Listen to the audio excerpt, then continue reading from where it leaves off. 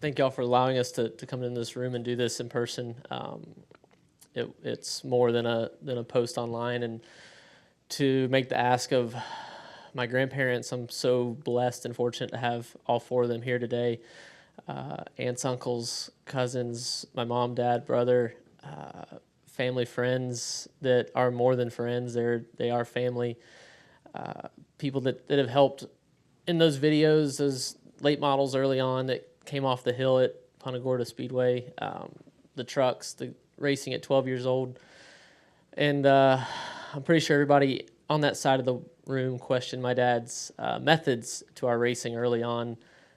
He definitely spared expense when we went racing. So it's pretty amazing that we're here in the first place, and now to sit up here on the stage in a room that I've in the past came in to bum Wi-Fi and had to beg for the Wi-Fi code, to winning in the Xfinity Series here, and I haven't been back since. And I think that's a testament to what Dad talked about there in that video that I had never seen until now, was that it wasn't always about winning with us growing up. For Chad and I, it was the passion for racing that we both fell in love with at a young age, and to get to do it with that group along the wall there. They've all sacrificed various things, but it brought us closer together. And I know that none of us would give up our journey through racing together. We packed up in the truck or in the motorhome and traveled around Florida, and we just had the most fun out of anybody at any of those levels, and we had some good success along the way. So to sit up here with a watermelon as well is pretty cool. When we walked up, I thought we should have one, and I said it to Justin, and we literally turned around and Chad was walking up with it. And that's one thing that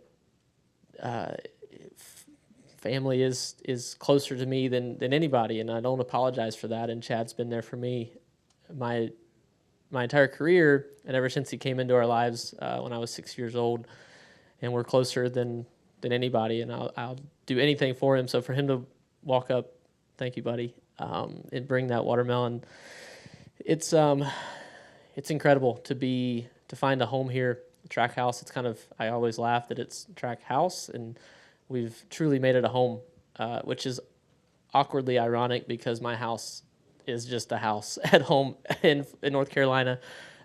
Nothing on the walls, nothing, it's just a place to sleep. So I spend just as much time at the shop, and it really has become a home. And I'm getting to do this with my people. At Trackhouse, on the business side, on the family side, it's my group, and I'm selfish, and I want to do it forever with my group. So for a really, really long time, we're going to be together, and it'll be a race to see who has gray hairs first. Justin has a head start, but I don't know, man. You're holding strong, and like my dad, we wonder. I'm gonna lose all my hair, and yours will go gray. That's well, we wonder with Dad why his stays so dark, and if I keep those genes, then I'll be okay. But fortunately, it's probably not going to be the case by the time we get done with this next contract. Just quickly, yesterday we also announced that Daniel Suarez was extended to multiple years, and so just for Justin, the importance of getting our house in order. Yeah, I mean, what we're trying to do in this sport is really establish ourselves as a consistent year in and year out competitor, and ultimately building an organization that can win championships, that can be a great destination for partners and for the people that work here, and really, that starts with making sure that the two guys holding the steering wheel feel like they've got a home here and feel like they've got a future here, and I think everything kind of trickles back from there. So knowing that at the end of these races, everybody that works at Trackhouse and puts so much work and effort in at the end of these races, it comes down to two guys holding the steering wheel who have to go out there and get the job done. And knowing that our two guys, Daniel and Ross, are going to be with us for a long time, it really sets the tone. It gives us some security, and it lays the groundwork and the infrastructure for us to truly build a great organization that'll be around here for a long time. We're going to open it up for questions for a little bit. We'll start right here. Jacob Seelman, 77 Sports Media and KickingTheTires.net. Congratulations to both of you. I've got one for each of you. Ross, I'll start with you just because the first thing that came to my mind was you and I sitting in a JD Motorsports hauler your last day with that team, and you looked at me and you said, we're going to be okay. It may take some time, but we're going to be okay. I would say this is a little bit more than okay. Is this the culmination of everything you could have possibly dreamed of when you set out to compete and to win races at this level? It's more than I ever dreamed of, Jacob. It's wild to look back on the path we've taken and the people that believed in me along the way, the team owners that took my deals on short money, no money. You know, it's pretty impossible to plan out a path through NASCAR, and there was never a plan. It was just get to the next race, and early on it was, you know, securing the funding to do that personally, and a lot of commitment and a lot of sacrifice by the people on that wall to put me in race cars, and then it slowly transitioned to other people putting me in race cars and us not having to carry that burden. And that's one of the not so talked about unfortunate sides of this sport.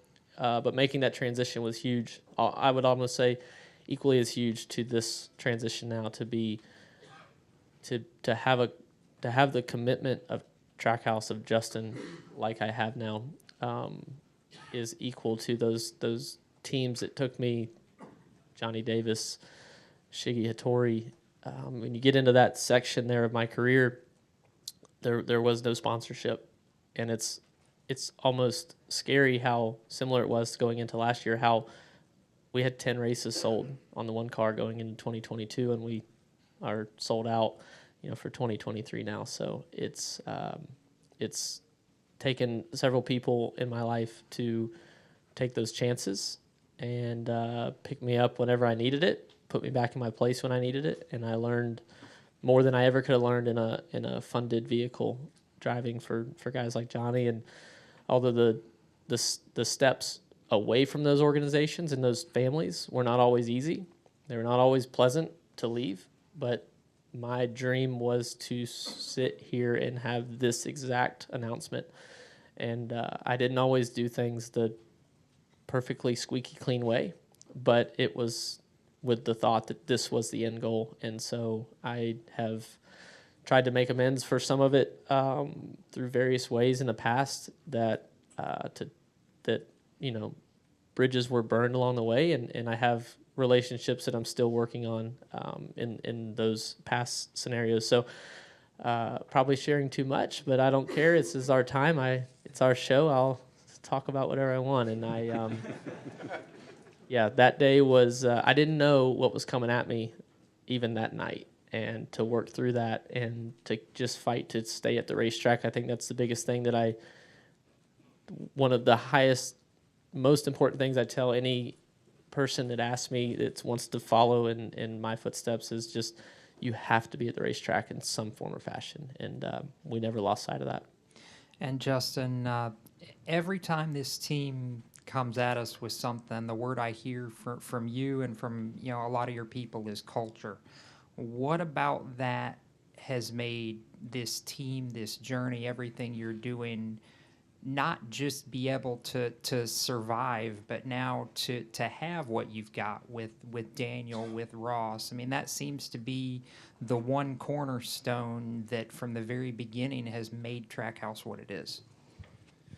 Well, I mean, I think fundamentally, you know, what I saw as an opportunity to do something really, really difficult, and that was come into the NASCAR Cup Series with a brand new team and be successful, is, you know, fundamentally attributed to this new car that NASCAR deployed with us. Because, you know, for so long, this industry was it was a funding arms race. It was an engineering and technology arms race, and those that were better funded and had deeper engineering staffs, you know, could succeed, and you didn't have to invest heavily in culture because you could bring a superior product to the racetrack that was just faster. Well, now we're all sort of playing with the same ball, and I looked at that and said, you know, I believe now that we can shift, you know, a huge percentage of our commitments to our people and trying to build great teamwork and trying to build a place that's really fun to work and that everybody feels like they're appreciated, and that's going to translate to success on the racetrack in this new era of the sport, unlike it ever has before.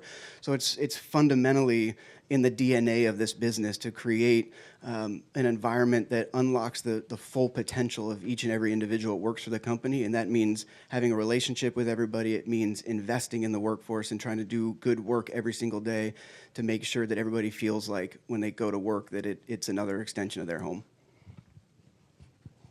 Steve Post, Motor Racing Network, for Justin. Justin, when you acquired Chip Ganassi Racing, you had a second car available then, and I'm sure there were multiple drivers that had reached out to you to get in that car. You chose Ross. Was there anything early that you saw in Ross, or as this thing developed, where you were like, okay, we need to start digging and work to get to a day like today? What were some of the early recollections you had with Ross as you guys built the partnership that you have at this point? Well, my belief in Ross started way before Chip Ganassi. It started way before Trackhouse. I mean, it was, you know, when I was let go of my truck ride in 2011, Ross was the guy that got in it, and I saw him in his first ever truck race. He got in the truck that I was driving that I really struggled to try to get a top 10 and did it in his first race in the truck at IRP. And I was like, okay, you got my attention. And I was a fan of his for so long, and then obviously the opportunity he got with Chip Ganassi in those 3 races in the 42 car in the Xfinity Series, and so it's kind of just, it's sort of weird how life goes. And so, you know, Trackhouse gets formed, and then the Ganassi acquisition happens, and you know, Ross had an opportunity to be driving that 42 car in the Cup Series and had momentum in building his team there. And, you know, with Phil Surgeon and with, you know, everybody that works on that car, there was momentum, there was cohesiveness being built. And I wanted really badly to tell Ross, you know, the day that we acquired Chip Ganassi that he was going to drive the car. There was just a lot of things we had to get through on the business side and get our relationship with Chevrolet solidified, and just all of these moving parts we had to do. And I mean, to this day, this is a huge moment in our relationship and in my friendship with Ross. But you know, probably top 3 was when I finally got to pick up that phone and call him and say, oh, you know, you're the guy. I want you in this one car. I want you with us for a long time. So you could say this was 12 years in the making. But I always have been a huge fan of Ross's talent, of him as a human being and as a man, and of his potential. And like I said, when I first took the mic, it's humbling and it's an honor to be able to make this announcement today, because he's going to do incredible things for this company. So we're going to go Bob Pockers next. But what does it say about Justin that the guy that replaced him, instead of having resentment, he said, I'm going to hire him? I think that's really cool. Bob. Bob Pockers, Fox Sports. Justin, was it important to get both your guys signed so they weren't potentially worried, or team members weren't worried of where they were going? Or was it important because there are openings out there and you didn't want them to leave? Well, I think what I've always felt really good about is I haven't been worried about my 2 guys looking. I mean, I feel like the fact that, you know, Daniel really was basically employee number 2 or 3 for this company, and really sort of helped build Trackhouse from the start when we were racing up at RCR, and then, you know, what we were building with Ross, and especially in the season that we had in 2022, where we were close to winning a championship with the 1 car and got a win and some fantastic performances out of the 99 car. What we were building, I didn't ever have any anxiety about losing these guys. I mean, I felt really confident about it. So, you know, I think there's interesting and important days ahead in our sport. The next couple of years, as we come into the new media rights deals, we come into the new agreement with teams.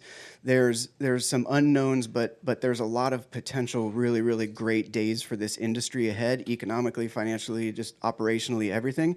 And I think that now is the time for all of us to lock down what we've got that's good and make sure that we're committed to our drivers, committed to our people. So as a cohesive group that we know confidently is going to work together, we can go through this transition over the next 3 years and come out the other side of it really strong. So yeah, I mean, obviously, you know, we want to make sure that we send a message to everybody in the company that we're committed to our drivers, you know, in the long term, and we're building around them. But I don't really think there was ever any doubt, you know, from the two guys, from management, or for anybody on the floor, that this is going to be our group going forward.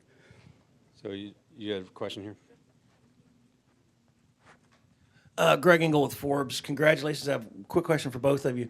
Ross, you talked about coming in here and you know you had to beg for a thing. Now you're at the pinnacle of your game on a great team, proven winner. What's it like to come back here and announce this and know you got a home for a while, but to look out here at this family and to see everybody there to support you and to be able to like give back to them for everything they've done for you? I don't have words for that. The people in this room are some of the ones that are the most special to me, and they're there to support me. They're there to correct me when I am wrong. Right? We're family, and so yeah, their support never wavered. There was times where rides came and went, sponsors were the greatest thing ever, and then they were gone. And when I wanted to quit over Christmas break 2018, they were in their own way like, no, it's going to be okay. Get back up there. We're okay down here. Just get back to racing. And so, yeah, I don't know. I know what's going through my mind as all this has come to fruition. And as I've gotten to talk to some of them ahead of today, and then some of them was just an ask by us to come and be here today, and just to share this moment. It's an incredible feeling, and they can all attest it was never supposed to happen, and that's what's made it so special, is that at 30 years old I can sit here and just say I raced in NASCAR, period. That first race that Justin talked about was supposed to be the only one, and it was a bucket list item, and it was a trade-off of a year's worth of racing for one race to go say we did it. And for some reason, it's the wheel hasn't stopped turning ever since. So it was really important to me to share this with this group. And Justin, for you, obviously we see the watermelon. We know that's going to be going forward, with your sponsorship. On the sponsorship side, have you noticed the market is, the market's getting better? Is it getting hotter? Is it staying the same? How do you feel the sponsorship market is, especially now with the second year of the next gen car? Yeah, I can only speak for us, and it's been great for us because, I think that our story is resonating with a lot of companies that see value in NASCAR and see value in a partnership with us. I think NASCAR is an interesting sport for partners and sponsors because, for so long it was blue chip companies. It was sort of the largest Fortune 100 companies. And, NASCAR is transitioned, I think, more to a sport where you've got companies that are growing in growth stages, and early stage companies are looking for brand recognition, and you've got companies that are scaling certain operations, and then you've got those incredible mainstay brands that are endemically connected to the NASCAR fan base. And so I see a very diverse landscape of opportunity for sponsors. And when we go out into the market and talk about Ross and talk about Daniel and talk about Trackhouse and who we are and the story that we're trying to tell, it resonates really well because it's a human story. I think we're authentic and genuine about how we talk about ourselves and how we talk about our love for the sport and our support of each other. So it's been great. As Ross mentioned, we don't have any inventory on the one car, and the 99 is going to be full here in a minute, and it's an exciting place to be because there is a lot of interest in this sport, and sports right now are starting to carry a lot of weight in the entertainment industry. And as content's becoming king, live sports, the value of live sports is increasing, and you're seeing that with valuations of teams and with media rights deals and stuff like that. So I really like where Trackhouse is at right now. We've carved out a great niche for ourselves in this sport, and it's a great time in our history to be involved in professional sports. So for us, it's been great and continues to be great. So we're down to about a minute and a half of what we have to get done. There's a lot of hands that came up. I don't want to be disrespectful to anybody, but we got to get. They're going to kick us out of here. And then Ross has an appearance after this. So. Tom Bowles of Front Stretch and CBS. I got one for Justin, one for Ross. Justin, now that you have your two cornerstone drivers signed, how do you feel about expansion in the coming years? And when do you see yourself with potentially a third full-time team or even a fourth with the new media rights deal coming and what's happened in NASCAR the past few years? Yeah, I don't think that much about it, to be honest with you. I mean, I really like where we're at. I think growth has to be managed very intelligently. Just because the last thing that we want to do is sacrifice sort of the great environment that we've got inside of our company and who we are by trying to get another race car on the racetrack or trying to grow, in the competition department. I think. Potentially 3 cars is, I'm not going to say we're never going to be a 3-car team. I think that expansion is probably going to be difficult in the next 2 years, just as we kind of come into the new deal, just because there's unknowns, but there's a lot of potential really green pastures ahead too for everybody in this industry. So it's a little hard to answer that question just because we're so focused. 2's a great number for us right now. It really is.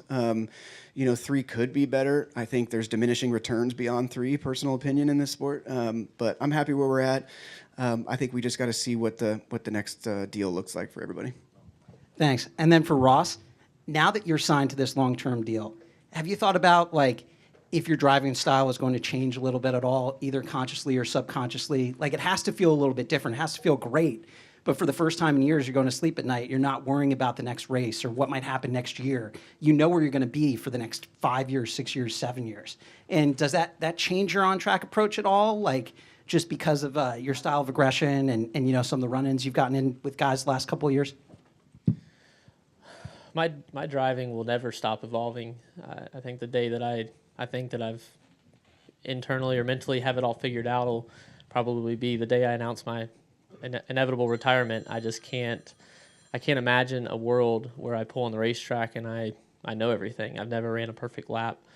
And that's why I continue to put myself in as many racing opportunities as I can. 38 Cup events, right, is the holy grail of a NASCAR driver. I want to run as many Xfinity races as I can. Getting to do that with like-minded people that are racers is really important to me. Getting to run with Al Neese in the Truck Series, a guy that took an incredible chance on me and putting me in races, and to align myself with as many people that want to go race and support me. Right? Like I said, I keep saying, but I want to do it with my people. Al's my people. We're like family, and a big reason of why my career, when it went into its largest valley, came right back up the following season, going and winning races, and ultimately was one of the fundamental dominoes that fell to get me back to the Cup Series. And I see so many similarities in Neese and Justin for Al, and then to tie together the brands that support me with WEX, and it just gives me the confidence to go be a race car driver. So that's a very long-winded answer to say I've got some of the best coaches. I've got some of the best teams through the top 3 series. I've got the best family in the garage, one of the biggest, and they allow me to grow, and I'm going to continue to grow. And sure, I'm going to make mistakes, and I make more than my fair share of mistakes. And what I've realized is the spotlight is always on me now. And so I feel like I'm still just a watermelon farmer from South Florida that races for fun. And probably a more accurate video of that we played at the beginning would have been picking one of the wrecks I got in back then too. And the veteran drivers that chased after me, and we went at it week after week. It's racing with guys like Randy Fox on there that molded me into who I am. So I'll never stop learning. I'll never stop trying to be better. But I am human, and I do make mistakes, and I try to own up to them whenever I have a clear enough mind to think straight. So not sure, just going to keep growing.